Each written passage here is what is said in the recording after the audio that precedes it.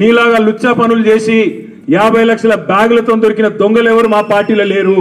నీలాగా లుచ్చా పనులు చేసి అడ్డదారిలో పదవులు కొనుక్కొని ముఖ్యమంత్రి అవుడు పిసిసి ప్రెసిడెంట్ అయ్యే లుచ్చా పనులు చేసినోడు ఎవడు కూడా లేడు. మన బాగా బాధపడ్డాడట రేవంత్ రెడ్డి. నేను హౌలా అన్నా, బాధపడ్డాడట. నేను అడుగుతున్నా ఒక్కటి, తెలంగాణ ముఖ్యమంత్రి అయ్యుండి జై తెలంగాణ అనకపోతే నిన్నేమనాలి? మరి ఏం పేరుతో పిలవాలి? తెలంగాణ ముఖ్యమంత్రి అయ్యుండి తెలంగాణ రాష్ట్రాన్ని ప్రతిరోజు కించపరిస్తే నేనేమని పిలవాలి? తెలంగాణ ముఖ్యమంత్రి అయ్యుండి తెలంగాణ రాష్ట్రాన్ని దివాలా తీసిన రాష్ట్రం అంటే ఏమనాలి? తెలంగాణ ముఖ్యమంత్రి అయ్యుండి ఢిల్లీకి పోతే నాకు అపాయింట్మెంట్ ఇస్తలేరు, దొంగను చూసినట్టు చూస్తున్నట్టు నేనేమనాలి?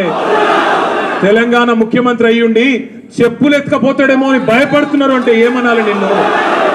అందుకే ఇక నేను ఎక్కువ అనగాని మీరు అనగాడికి అన్నారు, కానీ అది కాదు, నాకు అర్థం కాదు. ఆడవాళ్ళు 9 గంటలు వాళ్ళు కూసబెట్టి మర్యాదలు చేసి వాళ్ళు పంపిస్తే మీరు 9 నిమిషాలని నాకు రక్తం వచ్చినట్టు చేసి మొత్తానికి అటు బిస్కెట్ అక్కడ పిసుకుడేమో కానీ ఇక్కడ పిసుకుడు ఎక్కువైపోయింది. కాబట్టి మీరు పొద్దున్న నుంచి చాలా ఓపికగా ఉన్నందుకు మీ అందరికీ గౌరవ ఎమ్మెల్యేలు, గౌరవ ఎమ్మెల్సీలు, గౌరవ ఎంపీలు అందరికీ హృదయపూర్వకంగా దండం. మీరు కూడా పేరు పేరున అందరికీ నమస్కారాలు. జై తెలంగాణ. Please subscribe .news.